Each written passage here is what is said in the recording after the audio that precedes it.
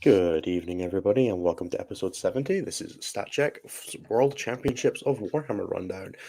Three of the four of us that are here were at the World Championships of Warhammer. We're here to tell you all about what our experiences were like, how much fun we had, how much the event was awesome, how much Atlanta sucked, all the main topics of interest from the event. I'm Ennis. I'm joined by Anthony, Jeremy, and Nathan. We are going to be going through all the standard stuff on this episode. So we've got the last 2 weeks of stats rundown. We'll be doing standard show questions, and we'll be having a nice long discussion about the World Championships of Warhammer. With that, though, how is everybody getting on? Nathan, would you like to start us off? Oh man, I was not expecting being first. You're in the top left, and you're going to be first. Shoving announcements into the announcements channel in the background, which I did and did badly because I got spooked by Ines asking me a question. Things are fine over here. I am playing World Leaders and having a blast with my totally not Drukhari army, where the first couple of games I played with it, I was like, why does this feel so familiar all the time as I play it? I told you. All I could think of was Anthony telling me like over a month ago how similar it was and how I should be playing it instead of whatever nonsense I was playing. And so now I'm very happily painting World Eaters stuff and playing it and kind of having a blast with it, which is great. Other than that, painting Eldari. I bought the Crusade book because everybody kept asking me about Crusade stuff. So I bought it just in time for them to release a new one. So now I'm going to have to buy a second one, I guess. I don't know. I still don't know how Crusade stuff works in this edition yet, but now I own the book for it. So I guess there's that. So what you're saying is we're going to have a stat check Crusade campaign? Sure. Why not? I don't know. You can run it alongside Vibe Check. Like it'll probably be short because even after a cursory glance at the battle traits from this one, like you can do some stupid crap real fast. And I read the Goonhammer reviews for the Necron and Admech Codex Crusade rules, and I was like, some of this stuff is real silly, like a 2-up invulnerable save and stuff like that. It's only for a phase, but still it exists. Yeah, so it's a lot of painting, prepping. We're planning 2 RTTs for January and February, and then another one for hopefully March. Other than that, that's pretty much it. I didn't go to Atlanta. I just kind of vaguely poked at people as they were doing stuff in Atlanta, which is fine for me. It's great for me, really. I think you did better, honestly. It's true. I didn't get sick or like a bunch of people did. So I'm taking that as, I didn't need to go. I didn't need that in my life. You might as well have called it the World COVID of Warhammer, is how it felt after that tournament. Yeah. Not me. Anthony, you had your own specific set of circumstances. Look, that it's between you and your patron deity if I didn't get sick because I was jamming 1,500 milligrams of amoxicillin every day, but it doesn't feel related. It also probably isn't, since never mind. No science. No, not going to do it. No. Also, every cold med that I could find. That's true. You were getting hopped up by the Canadians the entire time, man. It was great. I was getting deliveries from Seth. He would just walk by my table and shake a pill bottle at me, which didn't look good, but To be fair, I was getting some of that on the last day, and I was like, I don't know what I can take. I don't know what any of your medicines do, and I'm allergic to a bunch of stuff. Leave me alone. I'm sorry. So, How about yourself, Jeremy? How's your last couple of weeks been? It's been good. We'll talk a little bit more about the champs. I had a great time there, getting ready for a GT this upcoming weekend here at the Dragon. We've got 30 people registered for that, so that should be a great time. And of course, as soon as I got back from Atlanta and got sick again, me and events apparently don't get along right now. I've now hit the ground running, getting ready for OVO planning. And then, just looking to the new year, figuring out events. We started selling tickets for it, but we announced the Auto 40K Teams event, which is going to be a 24-team, 8-man teams event here in Ottawa. We're going to be using Wayland-Yutani terrain. We've got the new mats that the Dragon just got in, so everything is going to be basically as brand new as it could be. We also announced that All This Dust is coming back at the end of March in Petawawa. We're going to most likely hasn't been finalized yet. Giving away another Kopesh to the winner of that one. I've been told that Anthony cannot defend his title or refuses to defend his title, so someone else will get one. He'd come if it was an eviscerator. I can't. I literally can't. I know. It's the same weekend as ETC. Oh, yeah, okay, that's fair. I can't argue. Same weekend? When weekend is this? 23rd and 24th of March. I think it's like the weekend after. Yeah, it's like the So same weekend as I can't Eurotrash, for different reasons. I'll be at Ottawa Teams. Hell yeah. Yeah, I've recruited Nathan to be one of the judges because I will most likely be playing in that. And so Dan and Nick are heading up the judge team for that. And I'm going to have nothing to do with it aside from just chilling the event and getting as many awesome teams to come out to it as possible. Yeah. Yeah, that's where I'm at. How about you, Anthony? Oh, I'm next. Oh, I guess I'm on the It's been left. like a month since you've been on as well, so you can go a little more. God. When was the last time I was on? It hasn't been that long. Before Cali Cup, bro. Oh, no. Surely it was after Cali Cup. I don't think so. I don't think that's true. 'Cause I did the think was- post Cali Cup episode alone with Jeremy. Yeah, then there was an episode after that I was on. I don't think that's real. I think you're lying. Also, your mic's not working. No. Fuck you, Ennis. The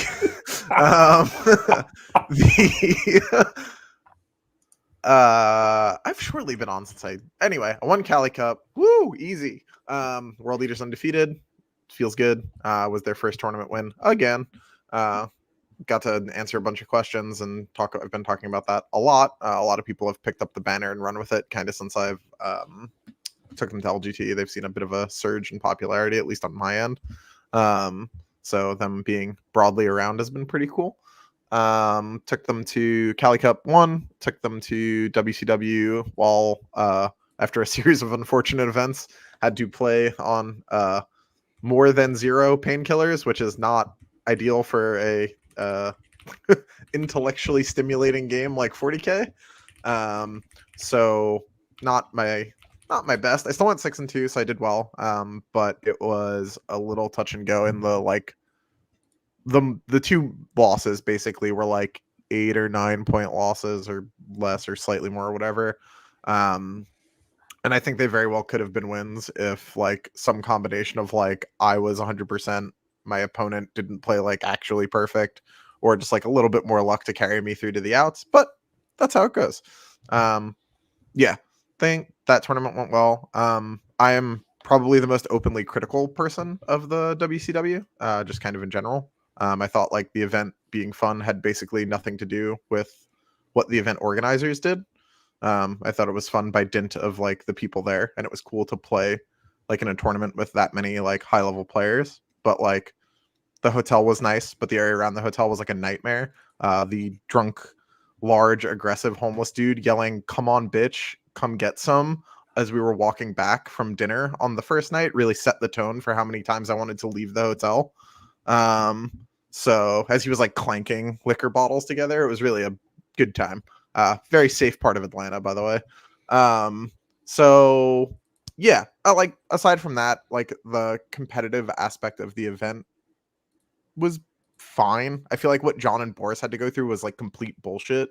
And I feel like you're lying to your competitors if you're telling them that that's a reasonable expectation, because we don't fight.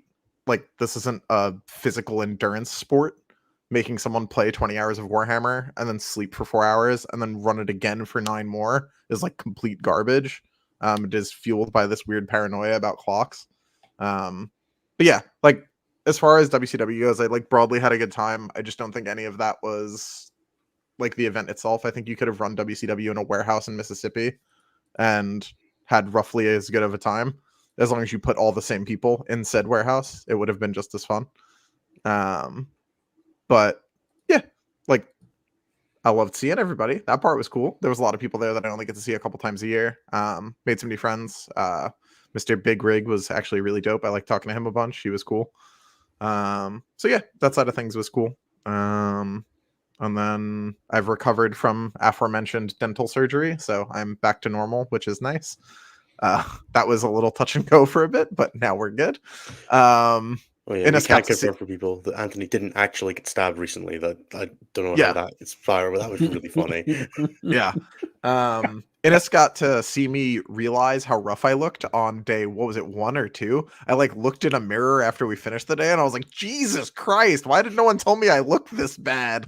Because I just looked like death. Like my eyes were like all the way sunken in. I had giant circles. I was just like, it was really, really bad. To be fair, Anthony, I've basically only ever seen you after international travel, and you almost always look like that. So That's I didn't really know fair. what the difference was. Yeah, like my shining moment of LGT was walking into the venue and Joe on stream going, "Man, I just saw Anthony Vanella and he looks like a corpse." So thanks, Joe. So yeah, like aside from like the criticisms, the event itself was fun. It was great to see everybody, but I think just from like as like a competitive thing between like the missions, which is a little bit the fault of the mission pack, the format of the event itself, and like the location, it was just like, boy, this is a lot closer to LVO 2022 or 2023 than this is to any of the WTCs. But that's just me. Innes, how you doing? Yeah, not doing too bad. Mostly recovered from. I don't know if anybody saw me on the last day of Worlds, but I did not look good. Dire. I kind of like woke up bad, went down to play worse, got worse still, went to bed, back to bed for like 6 hours, came down, still was dying. I kind of was mostly recovered by like 2 days later when I had landed in Britain again. But it was a difficult couple of days. So yeah, it's been a kind of like I got back from that, spent most of the week like I'll do any coaching with people who message me, but I'm not messaging anyone. I'll schedule stuff for this week, and I'm kind of back into swing of things now. Still feeling pretty run down, but a lot better. I went to so to punish myself, I went to an RTT and played Swarm Tyranids because that felt like a thing that it would be like a nice thing to do to detox. And that was really good fun, actually. I really enjoyed that. So I managed to win a little RTT, playing 170 models. I managed to lose 450 models in 3 games while killing no more than 50. Just, you know, the good kind of ratio. Yeah, besides that, it was mostly Worlds, obviously, which we'll talk on a little bit more in the World segment, but I managed to go 5-3 there, which I was a little disappointed with, but I'm mostly not counting my last day because I did not feel like I was awake for that game. And the other 2, like, definitely felt like they were within my control, and I'm not too upset about them. So for what it was, and for the list that we took being experimental, I'll say, I'm pretty happy with the performance overall. Yeah, as AJ says in chat, screw that Nid list. He managed to kill my list like 160 models to about 20, but didn't manage. Didn't manage to score any points. Sounds about right with that list. It is.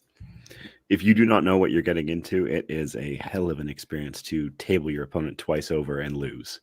It's really funny when the Death Guard are dropping you to receive. I one and still getting it matched on every objective because they're all battle shocked all the time. Wait, did he have Mortarion by any chance? No. Oh, okay. Because that gets really funny. No, he was playing a good list. He didn't have Mortarion. Brutal. Yeah, I actually played into the Stormhawks list. Chris was playing my Blood Angels list in the last game for that one. And I'll tell you what's really annoying for that Swarm list is ball predators that you can't kill. Just getting hit by 36 plus 3 flamer shots twice a battle round. And you're just like, please stop this. Please, for the love of Christ, stop this. But it's fine because it just lets you trigger reinforcements twice a battle round. So that's what I was looking for out of you, Anthony. So yeah, that's kind of been me. I'm prepping up for not much at the moment. We've got a team event in 2 weeks in Scotland, which I'm organizing / playing with. We've got a couple of the Polish boys coming over for. So Myson and Typhus are coming over to play with myself, Brian, and Chris, which is promising to be a blast. I'm playing 4 Norns for that. It's going to be incredible. Yeah, one extreme to the other on Tyranid lists, and then I've got like not much. We'll have the Scottish Invitationals in the new year. I've got Nottingham in January, which Tim is coming over for as well. So that's the only reason I'm going to that. And then it's full on into team event season. We've just finished picking our roster for Team Scotland. So we've ended up going with a 10-person roster of which we'll pick 8 players from in May. Doing a little bit more of the America-Canada style to try and use our deeper pool of applicants this year to try and really push ourselves to be the best we can. Other than that, yeah, it's just full into I have to be the captain again. I don't get to just be a random dude anymore. So isn't that what Maddie's for? Well, yeah, I have to like have a clue of what's going on the gaming side of things and be like, take the lead on that a bit more rather than just being random singles player number 7. So yeah, stepping away from that a little bit, stepping back into my comfort zone. I get to not worry about supply drop against against Terminators anymore. I just get to put my Matrix down 1 instead of having to play the game and try to win it. And that's really all I'm looking for, is being able to win a game without having to play. Fucking supply drop, dude. I love that mission. I hate that mission so much. It's not as bad as Prios, but it's not good. It's almost as bad as Prios.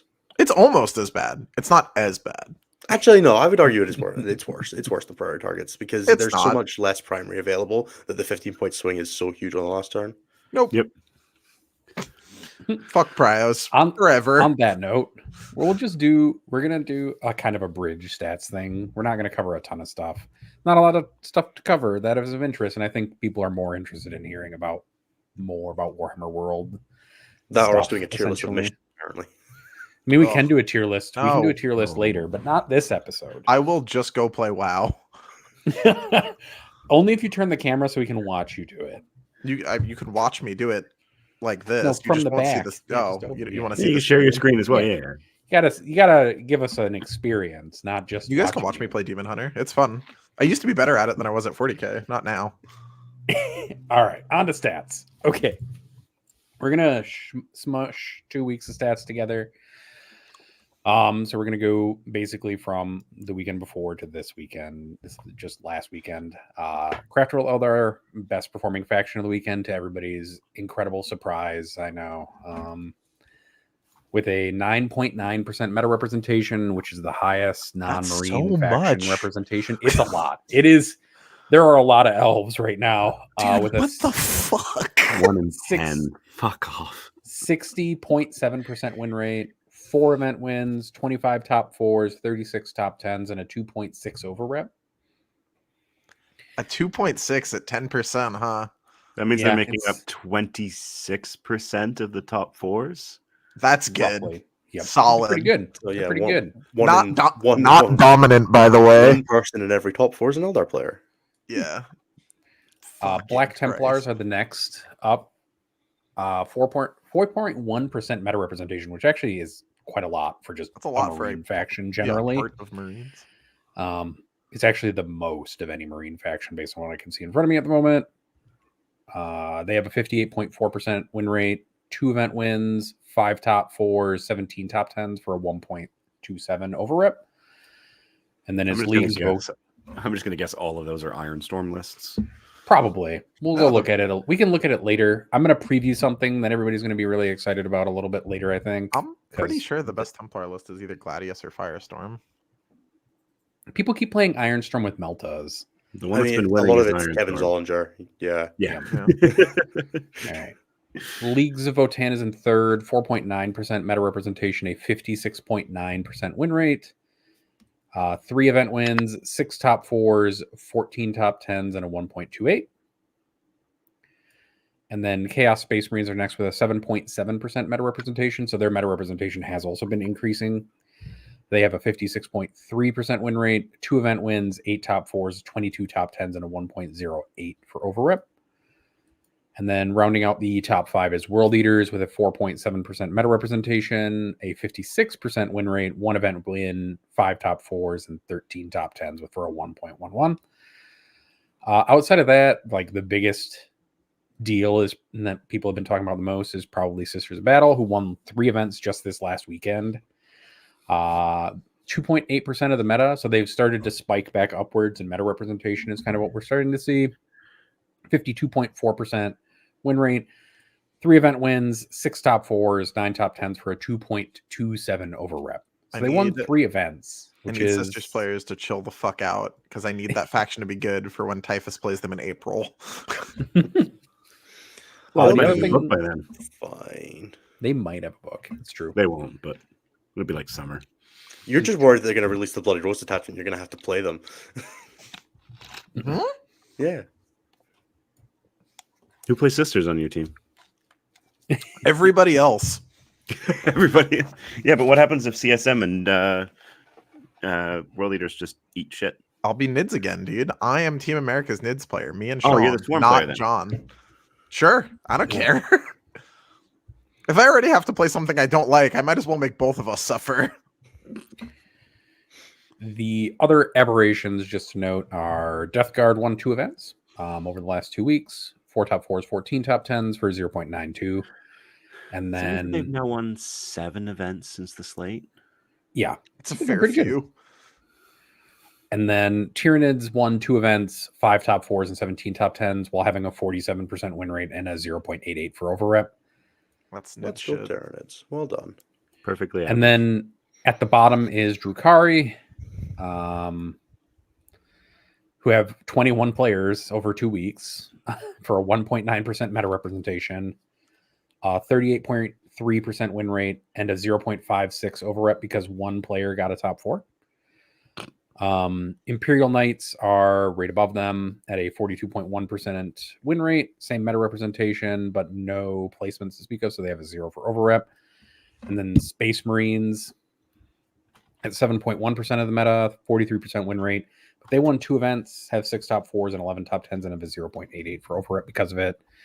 Just because not everybody's playing Ironstorm or people playing all sorts of random stuff. It's actually pretty solid for Marines on the whole, right? For a faction that's played pretty universally, doing average is usually a pretty good sign for them. Yeah, 7% of just Codex Marines too, and not all of the various like subgroups of them is not bad. Custodies are 4th from the bottom, 3% meta representation, 43.3% win rate. They got a top 4 and 3 top 10s for a 0.34. And then rounding out the bottom 5 is Guard, 3.2% meta representation, 44% win rate. But they won an event. And so I have a 0.33 for overrep. And that is 2 weeks of stats, basically, from the meta. I'll share my screen so you guys can see whatever kind of nonsense I've decided to show you this week. I don't know. We're just going to do this the most terrible way possible. Meme. Like, it's not even like anything stats related. You just open it up and it's just like a bad meme of something. It might be. Yeah. Like, it's just nothing. Like, I might while just Nathan's have to loading that up, I do want to shout out AJ over at Saltar Games for these absolutely amazing deep strike markers. oh yeah, those things are dope. I have a bag of them over there because I totally forgot to bring them to WCW. It's okay because I brought loads. Yeah, I basically pinched every single one that Innes brought over here. I gave him the entire bag that I had that was left over. Yeah. And then AJ also made a special delivery because I had a custom set made for our sponsor, Dan, over at the Red Dragon. That'll be handed to him later this week. Also, these Battle Shock tokens are so nice for the stat check ones. Tyler fucking loves those things. Yeah, I handed them to Tyler like midway through his round 2 as he was like, oh yeah, or midway through round 1, he's like, yeah, I forced a bunch of people to do Battle Shocks. I'm like, guess what I have? Yeah. Just handed him a pile. Big fat Battle Shock tokens. Yeah, the problem when you're playing Tyranids is you have to mark that everything that's not Battle Shock, not everything that is sometimes. So I'm mad for some reason. All right. So this is basically what we've been looking at. Everything kind of condensed. The balanced data slate happened. Everything kind of condensed some more, and then Eldari kind of bounced off of it. So you can see Eldari here with a 60%. Hold on a minute, we're still broken, and then they recovered. Yeah. Well, the pilots just went back to playing them. Yeah, that was all it took. The only thing I really wanted to pull out of this because I think it's kind of funny. Jesse, ow! Oh, Jesus Christ! It's just, oh, look how good we are. Oh no, I don't think they're that bad. Well, apparently. Well, it depends who's piloting them at the champs. Oh my god, guys, get it to fucking together. Chaos Space Marines are right here. They've kind of settled into the unbalanced region of this map. Look, GSC might not be great, but they're certainly fucking better than Blood Angels. What are we doing? Apparently not, bro. Apparently Come not. on. Apparently not. Come on, guys. It turns out the Death Company are pretty good in Dude, that isn't the Blood Angels in the dashboard just the fucking Suns detachment, or is that all of them? It's all of them. Okay. Yeah, if you use Blood Angels units, then you are Blood Angels. All right, fine. I thought that was if you just look at Sons of Sanguinius, Sons of Sanguinius are like below the graph. Good. Okay, that's fine. Not good. That's bad, obviously, but like, you know what I meant. This is Knights, just to torture Cliff from afar, basically. Knights are bad. Knights should be worse. Knights should be worse, but I think people are still bad at playing against them. Like, I don't think much like I think that GSC is too low there. I think that Knights are too high. Probably. I mean, they are still a Unless- stat check army, and some armies just can't handle that. But like all armies can handle it. You have to willfully be like, no, I don't actually think I want to kill anything big when you build your list. Yeah, you can submit Death Watch. I mean, even then.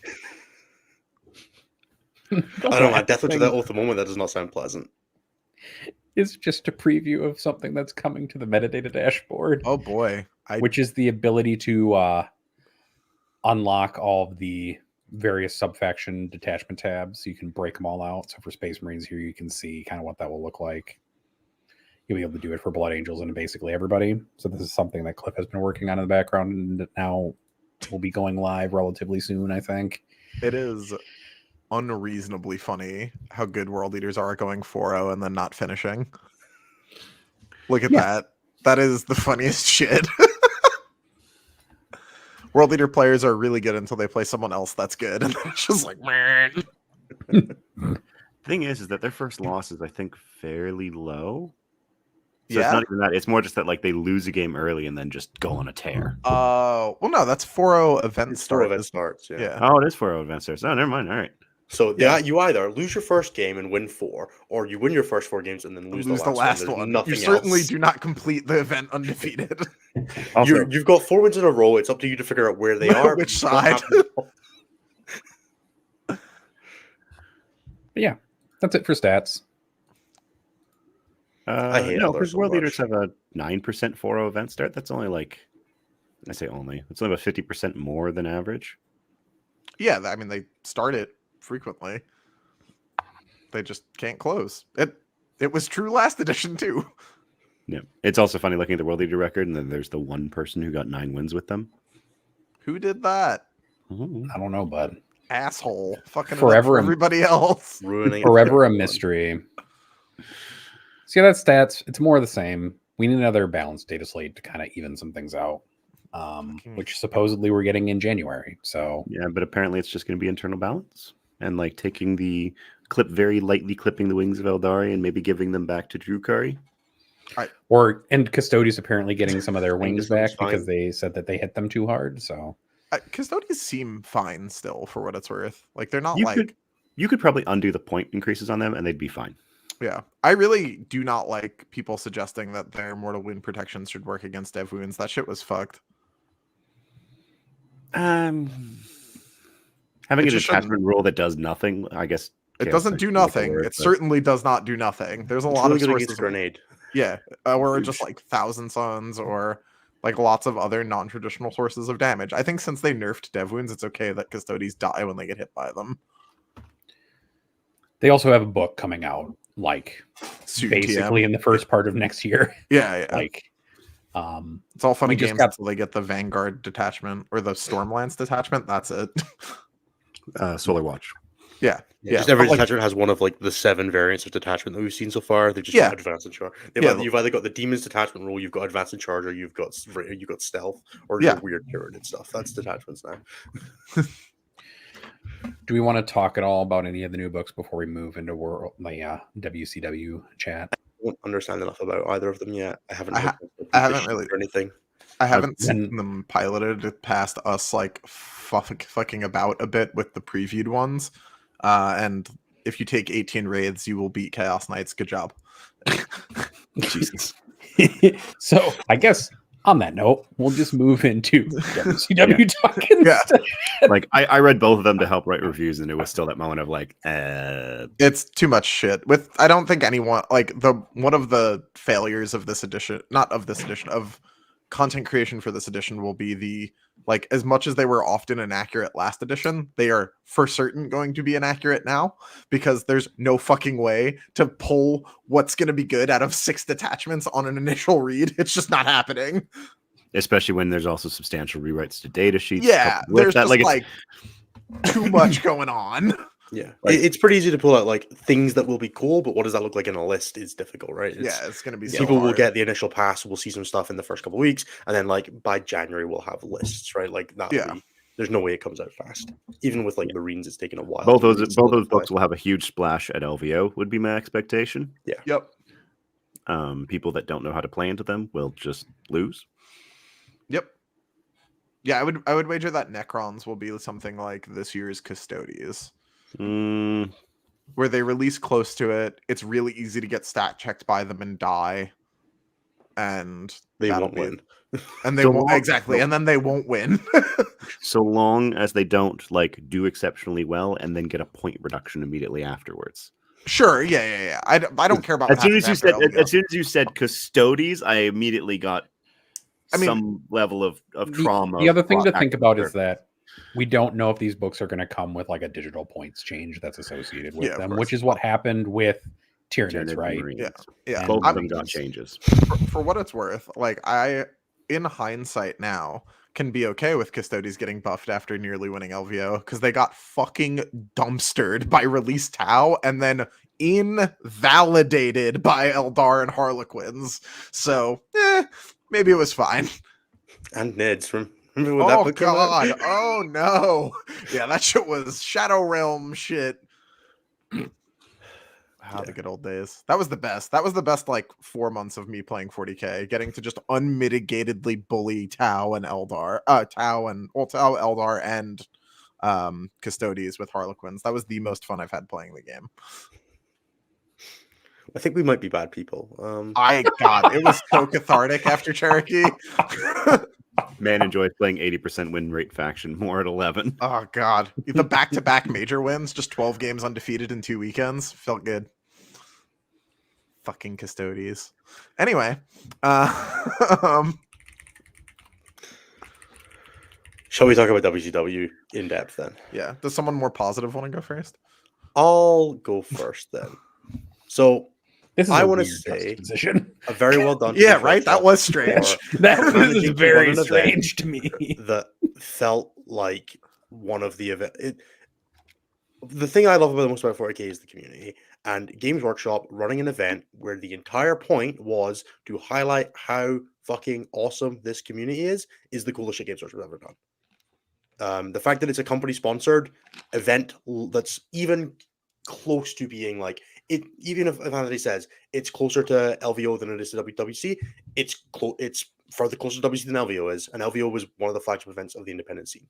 The fact that Games Workshop, the company that makes the game, took everything the independent community is and distilled it into a tournament that is a first attempt that had flaws that will improve, I'm sure of it, is a positive step towards Games Workshop being involved in the competitive scene in a way that is healthy and in a way that we can all enjoy. That bit I am head over heels with. They did a fantastic job. Mike's direction for what he wants the tournament to be is very much a thing that I'm happy with. Like that 100% on board with that. Do you disagree with that, Anthony? Because it feels like you still do, but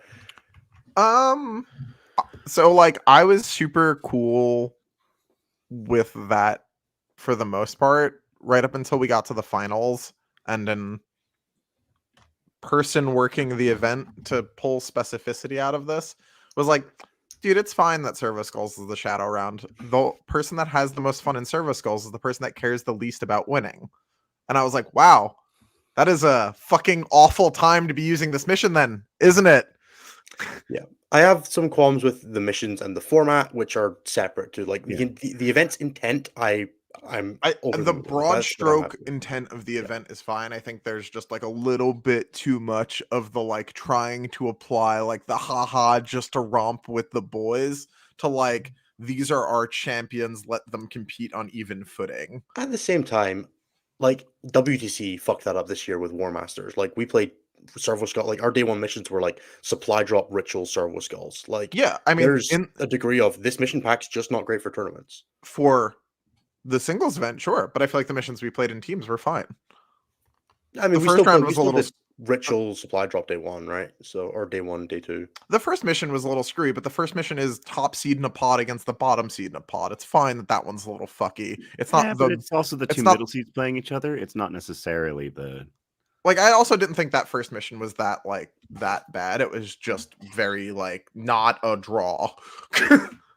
Which is fine, honestly, if you're going to open with that, right? I think the, like, capstone event of the year by the company that writes the missions, most of the rounds being nonsense is like, bruh, what are we doing? I think there's also a degree of If you just picked 9 random missions from the pack, sorry, Jeremy. If you just pick 9 random missions, they're nonsense because you have scramble fields and secret intel and targets of opportunity and like on average the missions are nonsense this pack, which I think is just there's a bit of a AOS 1.0 with the mission pack where once we get a second run at this, I'm sure it's going to be chill, but this version just isn't that, and we kind of just have to accept that for competitive play from the company that makes it is going to want to show off all of the missions in its pack. Yeah, but I feel like you can just not do that, right? Like you can just elect to be like, we're gonna use the like play Warhammer missions in the important rounds, and not be like, good fucking luck with the nonsense, lads. Go get them, soldier. I think, and I think this is one of the things that some people may miss a little bit. Like Innes does make a point about showcasing everything, but there is, and I'm entirely playing devil's advocate here because I don't agree with this, but there is the element of sometimes the crazy wild shit is what makes Warhammer what it is. Does everyone remember playing the Relic? No. But I also remember did remembers intentionally playing the play the Relic. game when it was stupid. Like, but it's one of these things where like it hasn't always been the lame, boring ITC kill one, kill more, hold one, hold more. I mean, even just the 9th missions were like fairly, like there wasn't like you weren't randomly like, ooh, the primary is go fuck yourself this round. I don't know, all right, cool. Mr. Undefeated in the Scouring, back up. All right. Only in tournament play. No. I think once you have the directive of we're going to try and play as many of the missions as possible, and for what it's worth, the top cut, like the champions bracket, was like 5 of 8 missions were taking hold chilling rain, which like as much as control as you could have been. I think if you're given the directive of you need to play a variety of missions, and the expectation is that all of the primaries are played once except Sites of Power, putting it in the one round where I get that it matters, but it's also like it's already going to be a nonsense round because of the timing on it, which is its own issue. I was going to say that's just like a separate solvable problem. It's though, like right? You don't need to compound the fact that it's a nightmare. No, but again, it only screws 2 people. But like those two people are already getting fucked. Like it shouldn't like we shouldn't double down on how fucked they're getting because they're getting fucked. If the guidance is you have to play all but one, and that one has to be played, where just do you don't shove play it then? Servo Skulls then. It's the worst one. I'm not disagreeing with you there, but if Servo Skulls is the one that you opt to play instead of Sites of Power, because that was the one that was not played at the World Champs. Now, I disagree with this. I think Sites of Power should have been played and Servo Skulls should have been taken out back and shot. Or at least they could have done us the solid of at least printing the right fucking Servo Skulls card. At least they owned that funnier mistake. if Servo Skulls was one of the tournament. I think that would have been a way cooler. Just like everybody plays Servo Skulls, get it out of your system, now go play real Warhammer. But I would have been okay with that. Like, if you want, I would rather hear me out. I would actually rather that they were like, round 1, you're all jet lagged. Fuck it. Go nuts. And round 1 was just like, woohoo nonsense time. It should not be the game 4 of the 20-hour day for the 2 people that are like dying. Yeah. Now, mind you, the 20-hour day aspect of it was also, and this is something that I think we can all agree on, was, I'm going to back up a little bit before I get into this. I want to say my basic thoughts. I agree with Innes. The intent and the premise behind this event is amazing. To see Games Workshop actually investing and hosting this event is amazing. Yeah, that's cool. I really like that they're embracing that. The vision is good. There's definitely areas of improvement, and there were some areas where execution definitely fell flat. And this goes into my rant now, because this is something that I've seen constantly, is the lack of timekeeping. So bad. You set a schedule, you keep a schedule. Because the reason that champs round, like the 4th round of the champs on day 1, which was the Servo Skulls round, didn't start until 11:30 at night. Later than that, even, right? No, it ran for 3 hours. It went from 11:30 to 2:30 in the morning. And then the next round started at 8 a.m. Yeah. And that was because they spent the entire day behind schedule, because round 1 of the champs started on time at 8 a.m. and the last game in round 1 of the champs didn't finish until almost 1 p.m. If you're going to have a schedule, you need to keep to that schedule, and you need to use whatever tools are at your disposal to make sure that schedule is being kept. Yeah, I think. Sorry, Anthony, please. No, I mean, you should go because it'll be slightly more positive, and then I'll just take it home. I think the thing that was missing from this event more than anything else, if you're going to say no clocks, I don't agree, but I get it from the company making the game standpoint that that's not part of the game for them. If you're going to come in with the premise that if the rounds are going to finish on time and we're going to talk through with an active judge, you should probably do that. Because I don't think I saw a single instance of a judge presiding over the end of a game other than to watch the players playing. I don't think I saw anybody doing the thing you heard about from every other event, which is the judge at the table actively being like, hey guys, I get that you're on turn 4, but this round finishes in 5 minutes ago. You need your score in.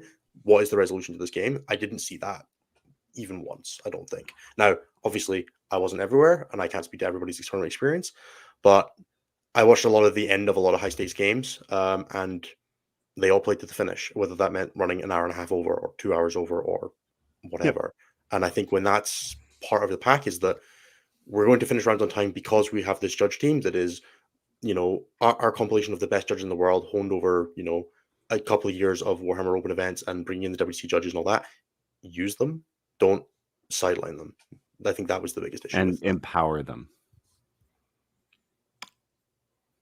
Yeah. I don't really have a nice way to say this, but it's just that their timekeeping system is just an abject failure. It just is, and that's okay. Some things just don't work. Unlucky, but also the milestones are good. They're adorable if we were playing Kill Team or some shit, but they're not at all effective for 40k. They just aren't. The armies are too incongruent to each other. Knowing who's using the time or where the time's going is not something you're going to realistically achieve without a $3 device that lets you do it. Unlucky, just is what it is. Is that solution perfect? No. Is that solution something that you can enforce on players going to a regular GW event that isn't the World fucking Championship? Probably not, because there's a lot of more casual players at those events.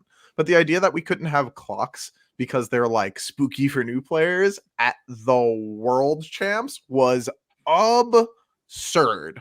The rounds went as long as they did because there was no enforcement of the time stones, but the time stones also just don't make sense in that setting. I also think I maybe heard 3 announcements of the time scheduling over the entire tournament. That's they were mostly at the end of rounds when it was quiet.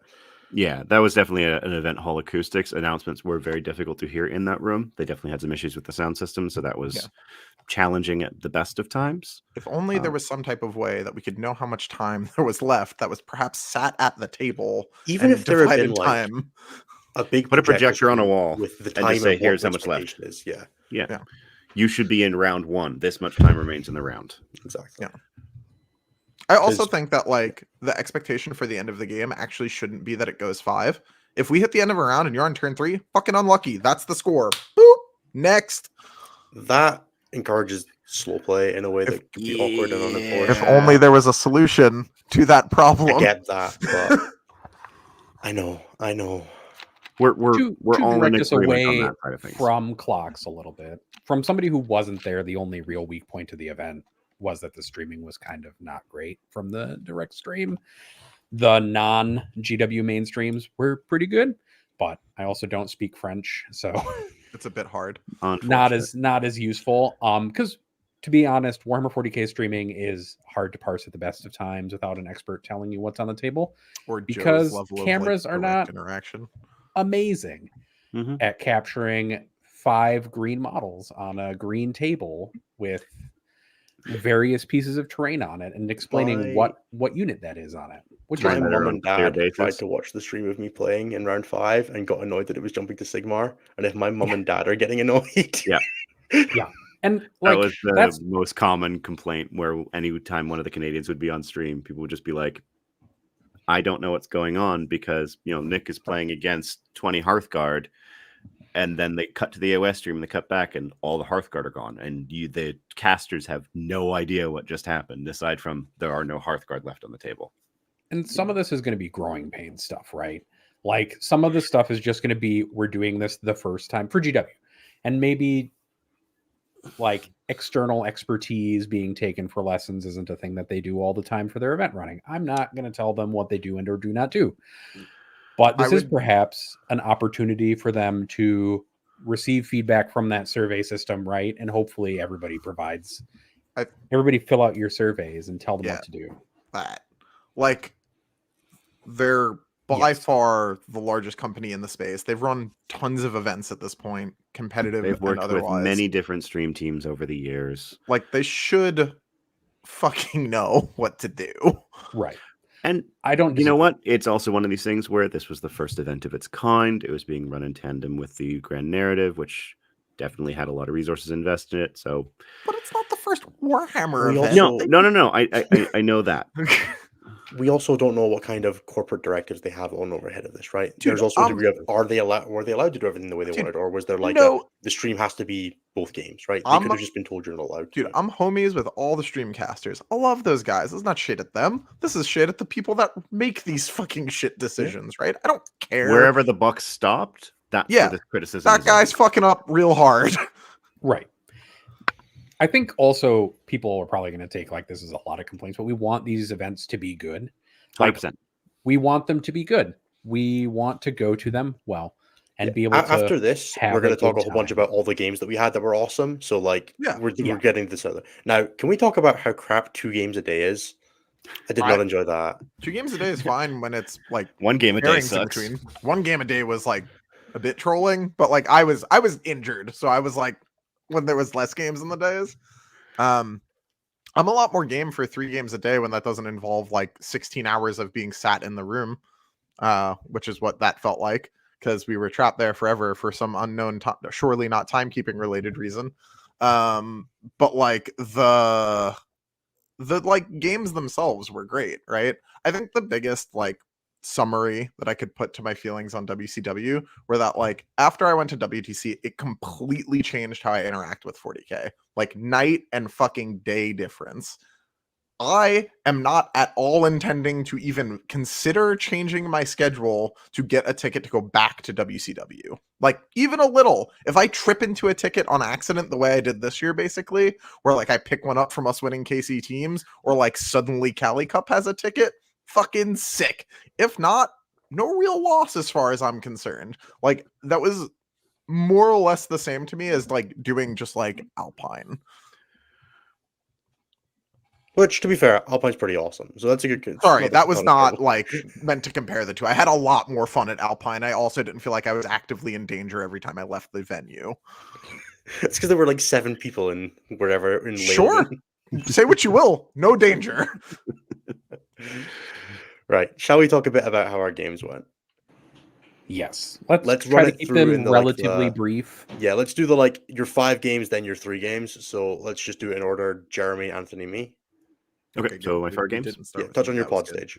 Okay, pod stage. I played round 1 into. So anyone who's not interested, I brought my Votan, which I've been playing for months now.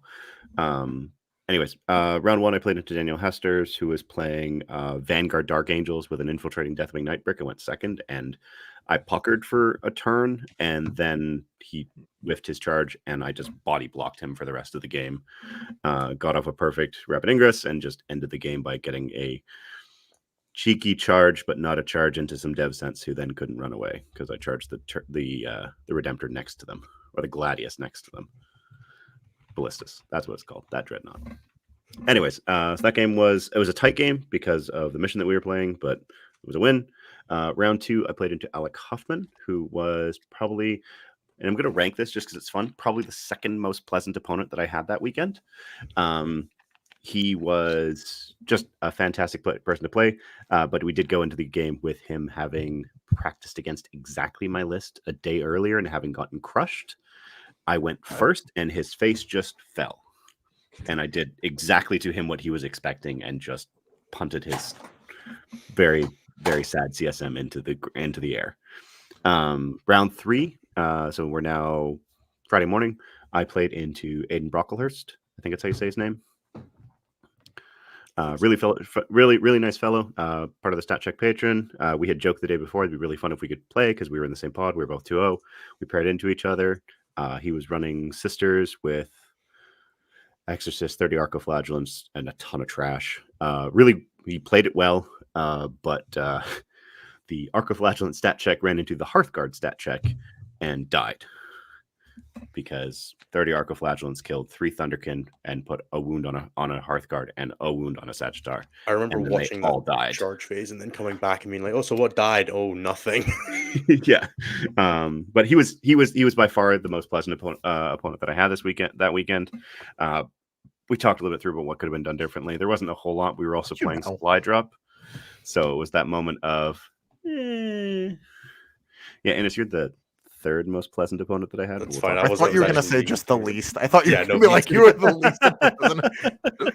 I won't rank the other ones. You are the goddamn worst. Round 4, I played into Manuel from, I believe, Team Germany. I don't know if he actually plays for them, but from Germany. Really friendly opponent. He was running Triple Reaper, Black Templar, Ironstorm. And that list rinsed me because I had bad target priority early on. And Reapers, I will say right now, when you give them Oaths and Mercy's Weakness, a single Reaper killed an entire unit of Hearthguard. Well, sorry, 9 Hearthguard and the Call. Turns out sustain 2 on 5s with twin link dev wounds is really good. It was pain. But he was a perfectly pleasant opponent. We had a really good game. And then round 5, I'm 3-1 now. I get the pair up into Arne's Eldari. Triple Night Spinner with Wraithguard. And I go, and it's Purge.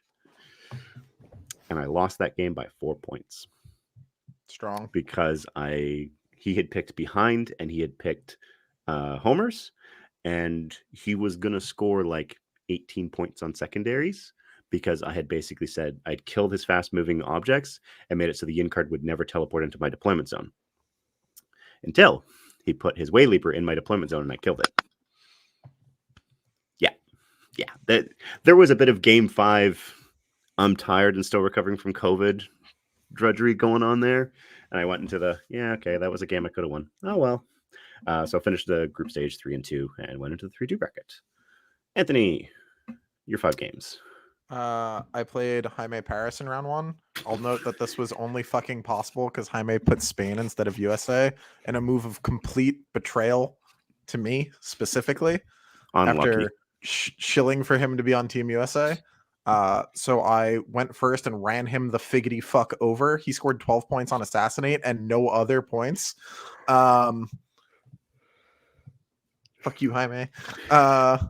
And I love him dearly. He was so hard he went home. Yeah, well, he had something else happen, but that's my version of the story, at least.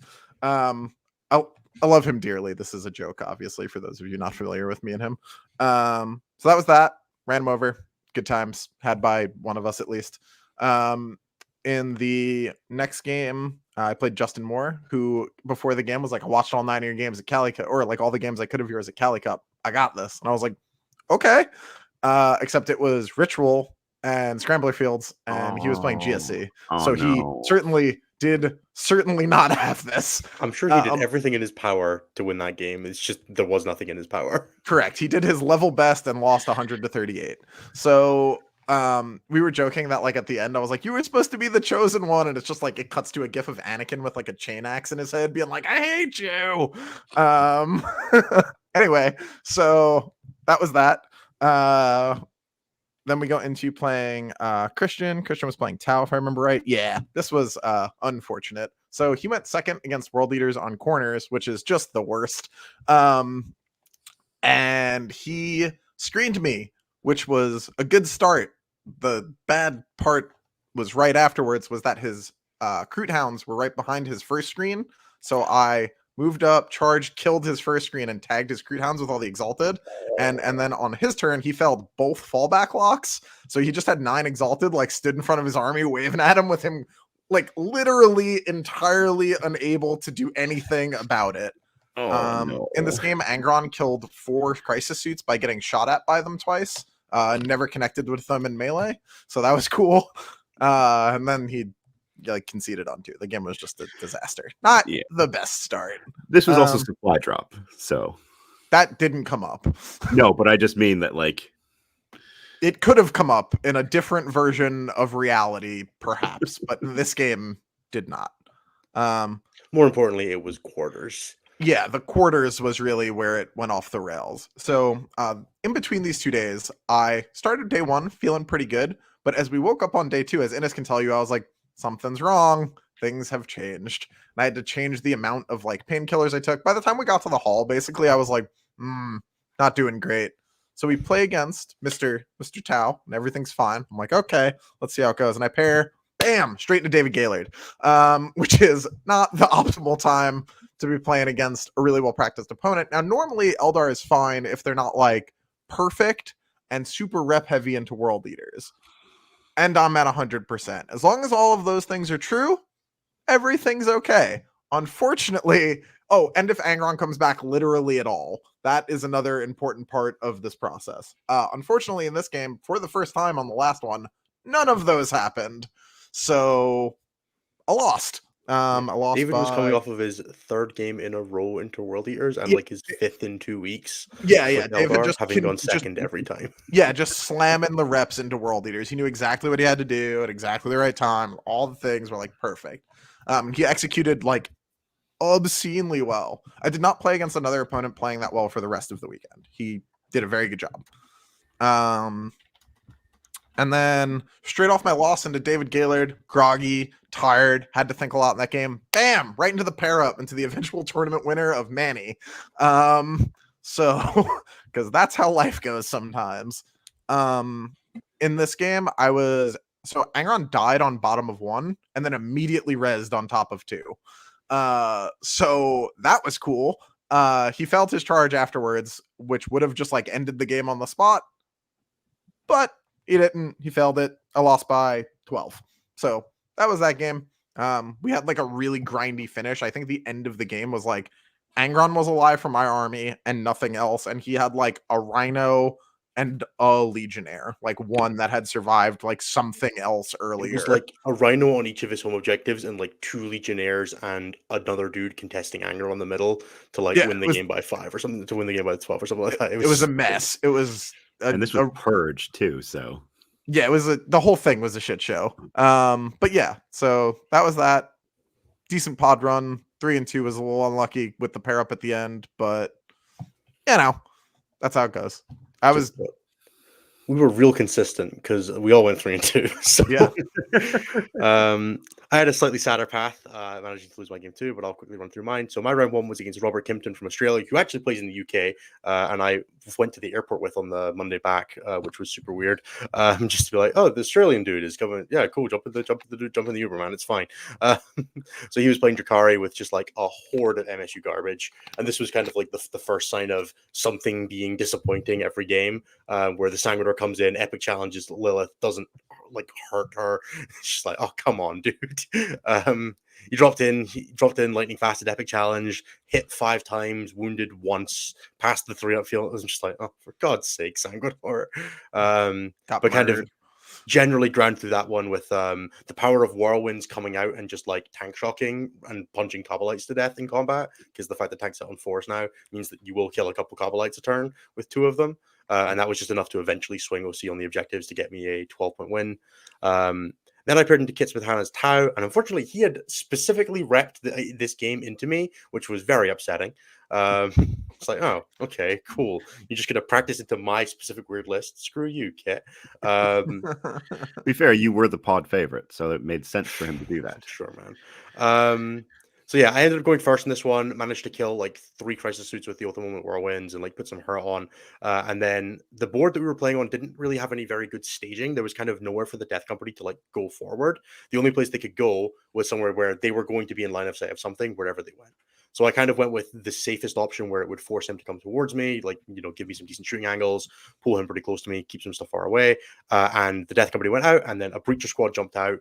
10 breachers jumped into the line of sight of the Death Company, and I'm like, all right, cool. I can either Armor of Contempt this Death Company squad, but there are 2 piranhas staring at it. They're going to potentially make it take battle shocks, which means I might just not get to Armor Contempt. Or I can Overwatch this Breacher squad with a Ball Predator. And if the Ball Predator kills, like, you know, it's 3d6 plus 3 flamer shots, wounding on 3s and 4s with a reroll, like he's not getting a great save. you know, like if I can kill like 5, 6, 7 of these, like I'm probably not taking a ton of damage. That Crisis Suit squad's gonna have to shoot me. The Ball Predator probably lives. Like there's a whole bunch of things that start going really nicely at that point. And I'm not guaranteed to get my armor contempt because I'm gonna have to take 2 battle shocks. So I'm like, cool, I'll Overwatch. Proceed to roll 1-1-2 on the 3d6 for shots. Put 6 wounds total on this squad of guys, and he triple 5-ups the heavy flamer saves, and I kill 3. And I'm like, oh, that's not good. And I'm like, all right, it's fine. It's still like not that great odds to like kill the squad. And he doesn't end up killing the squad. Like he ends up leaving like 1 or 2 of them alive. But that's because the Preacher squad with grenade and shooting kills 7 Death Company, pulling the Crisis Suits out of line of sight, except for the commander. And I'm like, oh, that's not good. So then the Crisis Suit squad just like gets to kill the Ball Predator, and I'm like, okay, so I'm just like down an entire unit on where I want it to be right now. It was very rough. This was turn 1, like no buffs, just rawing the shots into me, and just like failing all my 3-up saves, just like on cooldown. It's terrible. It was very upsetting. It ends up kind of going from there of like I miss a kill on a couple of things that I would have really liked to not miss a kill on, and it just kind of snowballs out of there. And in one of those like traditional shooting versus shooting matchups, once it snowballs away from you, especially in a mission like the Ritual, I ended up getting beaten 54-86. Really rough. Just kind of came down to, you know, like leaving one commander alive that then killed the Sanguinor by himself, like walking through an Overwatch and things like that. Like Kit had very clearly repped into it and knew exactly what he was doing, played it well, and got the luck on his side. And when you're playing a shooting matchup like that, like whichever side has the luck, if you both play fairly reasonably, the side that gets luckier is going to win the shooting matchup. So yeah, so Kit got that one. Was a little disappointed with that, but I'm like, all right, I can still, you know, 4-1 out of the pod, it would still be nice. I'm like, I need to like win my next 2 and then exactly pair the person that's like, you know, still 4-0. Possible. I then roll into Matt Laura, who is feeling about as bad as Anthony at that point. I think Matt was having a really rough day. He was playing Necrons with like a big Lich Guard brick and then like triple Canoptic Tomb Sentinel. It was a super interesting and weird list. Oh, Kit had double Hammerhead as well, which was a complete pain in the ass because they both just one-shot a plane. Well, I don't like that. I'd rather you didn't have those. It's like exactly the wrong kind of tile list. If this had just been like 6 more Crisis Suits, I'd have had a much better time. Yeah, so Matt goes, we're playing supply drop against Lich Guard, and it's the objective on his side that's sticking around, and I'm immediately like, okay, cool. So I'm going aggro this game. But he's put 6 heavy destroyers in reserve, so I dive his Lich Guard brick with the Death Company, they battle shock to the second Whirlwind, a bunch of them die. He goes down to like, you know, 3 dudes, he heroics and divisions with them Wraith, they do no damage to the Death Company. We get stuck in a melee there, I eventually win that fight, and 9 Inceptors drop ring around the rosy around the board edge and kill all 6 heavy destroyers in reserve. I'm like, okay, cool, this is gonna be fine. And that was basically the game, unfortunately.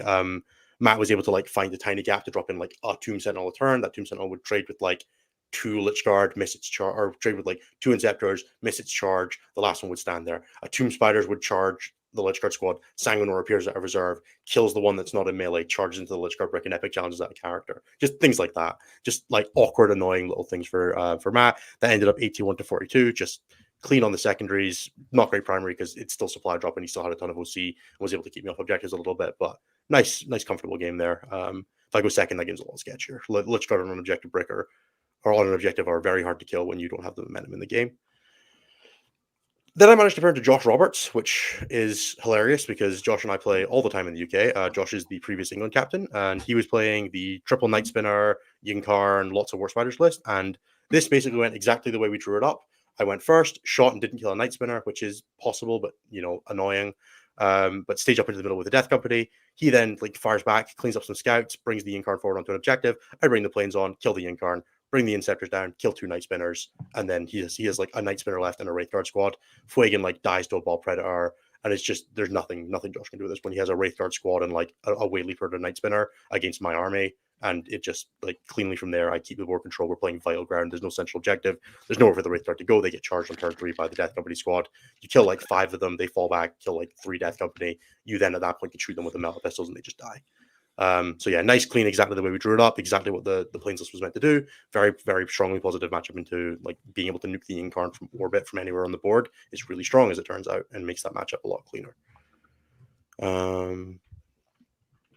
Yeah, I think Josh was a little upset when the assault cannon on the Mercy's weakness Stormhawk put 7 damage on the Incarn.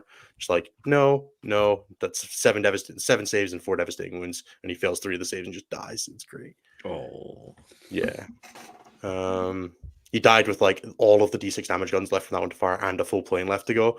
It's just like, cool. I like this. I like this version of the Incarn that dies to that instead of the version that doesn't. My 5th game ended up being on stream against Caio Orlano from Germany. I always regret going on stream. I stress very significantly when I'm on stream and play much more aggressively than I should. And I actually said that to Adam because Caio was like, I think this is a bad matchup for me. He says that to Adam. I think this game's going to be quick. I think it'll be over fast. And I was like, that's great. We could do with a fast game so that we can get done and like go home for the night. And I'm like, now that you said that, you're going to crush me. And guess what happened?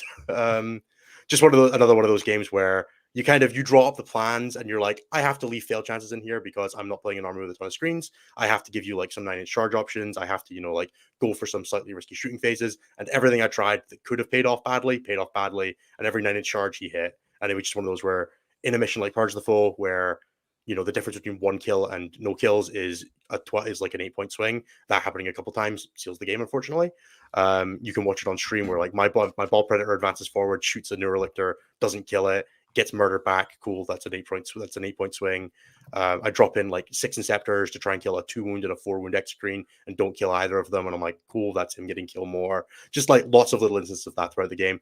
And then in the end, the Genestealer squad hits the charge into my backfield. Battle shock, I fail the primary, miss a hold 1. And it's just like every single thing just cascading a little awkwardly. But Caio played it really well. He like reserved all his chaff, so there was nothing I could really kill with the Whirlwind Storm 1. I went for an X-Screen, didn't get it. Like it's reasonably likely to get it again, same as a Night Spinner, but very possible that you missed it, point swings all over the place. Also, yeah, end of day 3, I'm not going to blame tiredness because Caio came over from Germany. He was just as tired as me. But, it's the end of game 3 decision making. If you make some small mistakes, they can very easily cascade. It's just one of those things when you're playing a list that plays on the knife edge like the Blood Angels list does. I have very few screens. I'm very committed to, like when you put Inceptors into a squad, Inceptors are 3 inches away from it. If they don't kill it, they're going to die. So yeah, just one of those high risk, high reward lists that had a couple of games that didn't pay off on the reward side of things, unfortunately. But I was very happy with the list throughout pod stage. I felt like every single game I played was one I could have won, which is not something you often get in 40k. Like a lot of the time you'll lose a game and you're just like, man, there was just like stuff, not a ton I could do there when you play like skew shooty lists like this. But it definitely felt like every single game there was different choices, different paths you could have taken where they would have paid off, which is, a bit different for that kind of shooting list. Not that stopped everybody giving a shit for ringing planes. Also, Nas went like 2 and 3 in groups, which was very funny. So it's the first time a Naden jersey set a losing record. It's the first time I've losing record. Well, he was 4-4 at the end of the weekend, right? But not while he was in the Naden jersey. Oh, fair, yeah. It's still better than his record in the Puma jersey. That's true. Which I mean, hey Nas, you still got that? No, he went 0-1 and traded it. Jesus. Yeah, Nas lost his game 1 to the guard list. Actually, that guard player also beat Jack Harpster. So like, we give him a ton of crap for that, but like maybe we shouldn't have. No, Nas deserves it. He went in cocky and got punished. Yeah, the immediate L is quite funny. I don't care where you are. That like the immediate like is just funny. That happened to a lot of people that weekend, though. Yeah, roughly half the event. Yeah. Well, no, but like I more mean like it happened.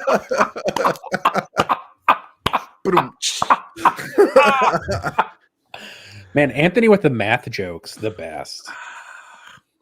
After Cali Cup, I'm the math man now. Look at me. Are you though? Yeah, I figured it out at the end. It took you a while. I got it right. That's what the point of this is, that you get it right. Yes. How did your Anthony? Do you want to take this one first for the bracket stage? Yes. So in round 6 of the world bracket, aka sorry you're bad, now go have some fun. So I played Marco Santapandre in the first clip, who tried to scam me. He was like, my army's not very meta, and he was really fucking good, and then he got completely scammed by playing Grey Knights.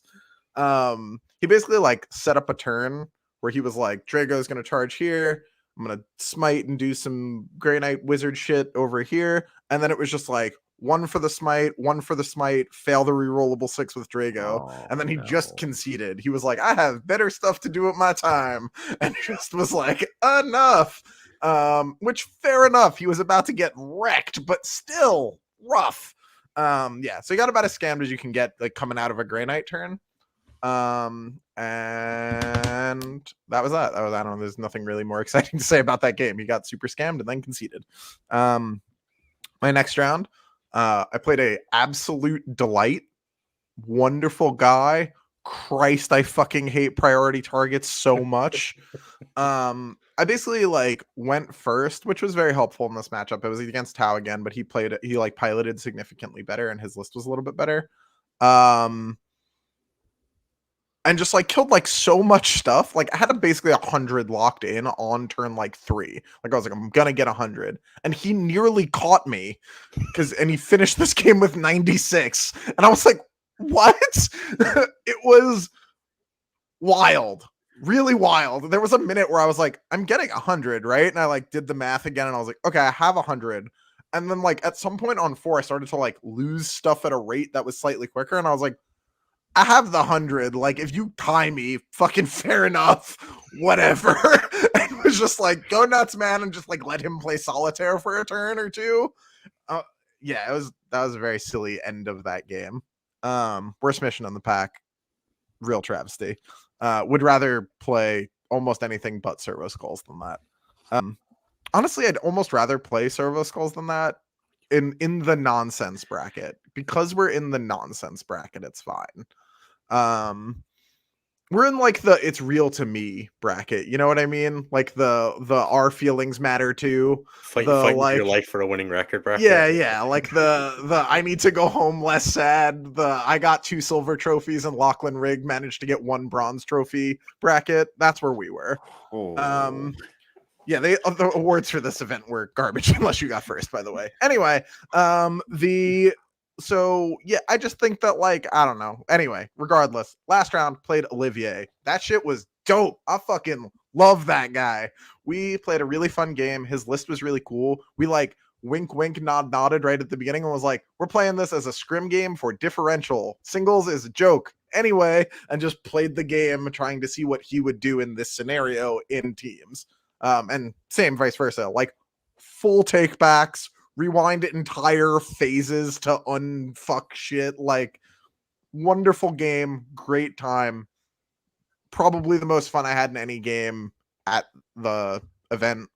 Really big fan of that guy. Very hopefully excited to see him at Pyra. Yeah, that was the best possible close to the event I could have had. So I closed it out 3-0 and went 6-2 on the weekend. I got second for the like second losers bracket or whatever it was, like bracket 3 or some shit, because someone had higher like feels good friend points or whatever. No, you won your bracket. I did not. 3-0. I got a silver trophy. Yeah, you get a silver trophy because you were in the 3-2 bracket.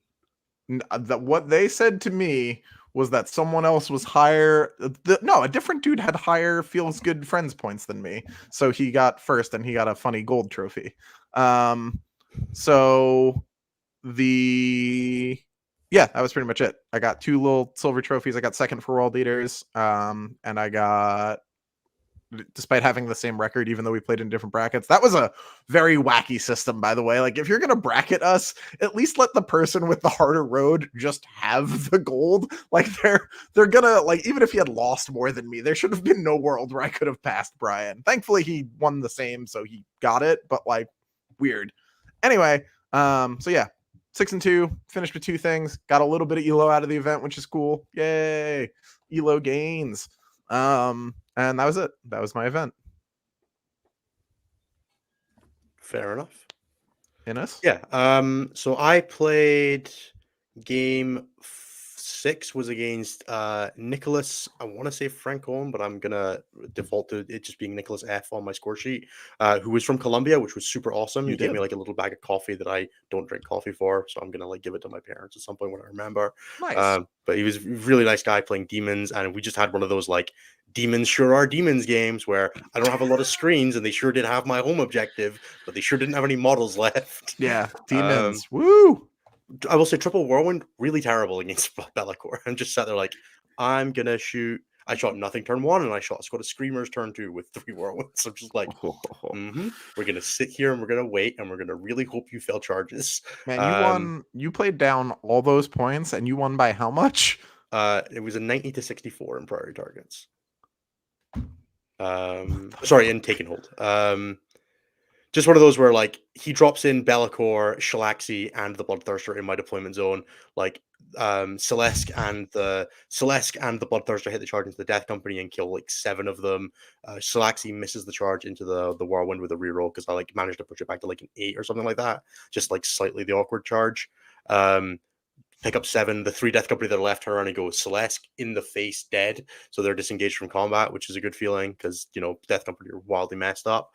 And then I turn around and between grenade strat, shooting, the planes coming in, the planes pick up Celeste between like them and all the Hunter Killer missiles and the ball and like, you know, just like everything in the kitchen sink. And then like all the incidental damage picks up the Bloodthirster with like doing the last 5 damage doing combat. And I'm just like looking at Be'lakor like, you're going to kill something this turn.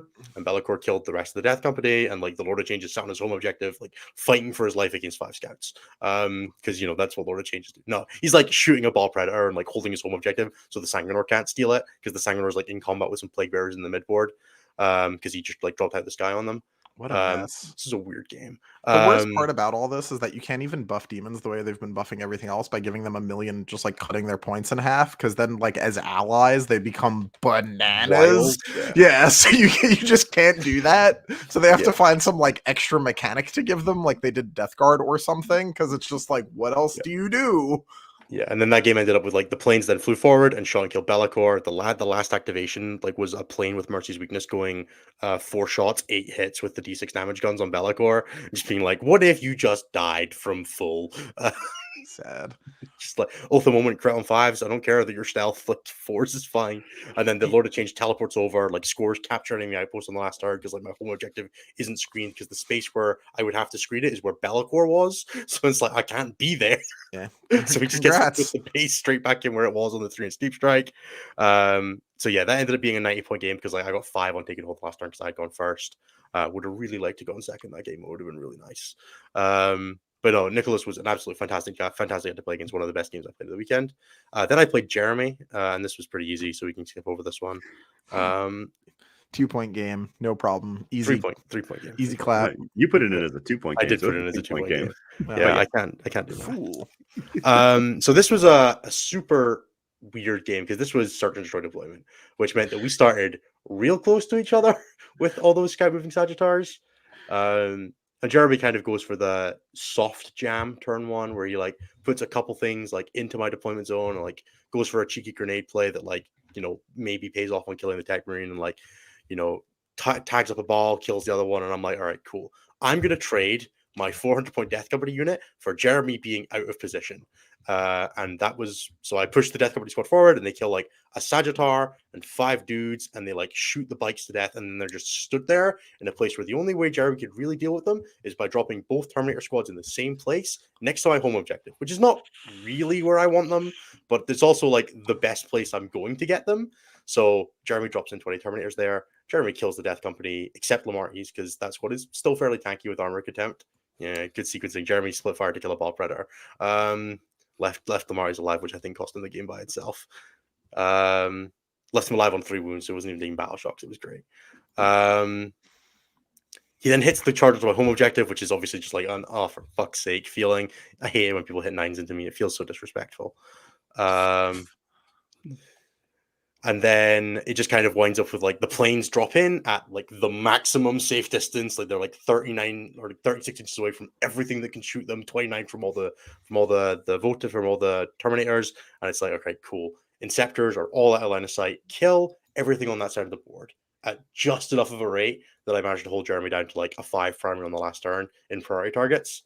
So you got a 0 and then 5. And it was like, cool. And that was just enough to scrape over the line. Played the game slow, played it controlled, played tactical, which was fine because I don't really have any action units, and just slightly held Jeremy down. It was real sketchy.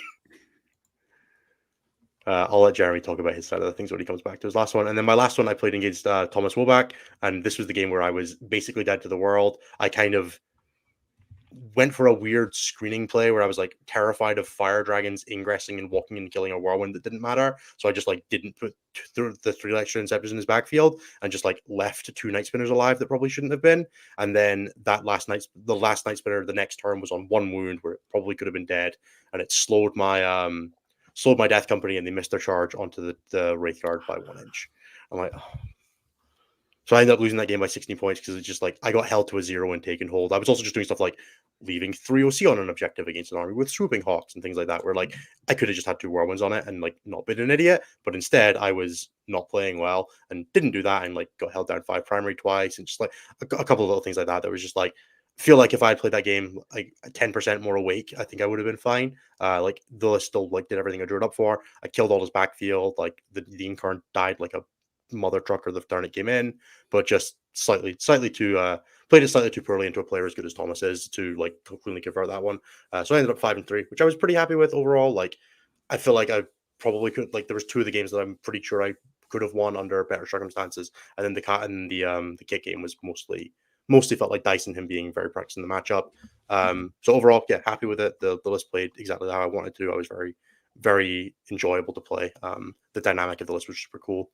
And it caught a lot of people off guard. Like a lot of people were like, I don't understand how that beat me, but it definitely did. And I don't know what I would have done differently, which is always the kind of play that I enjoy, where you're like, yeah, man, I've just done something that I think is pretty cool and I think is pretty interesting.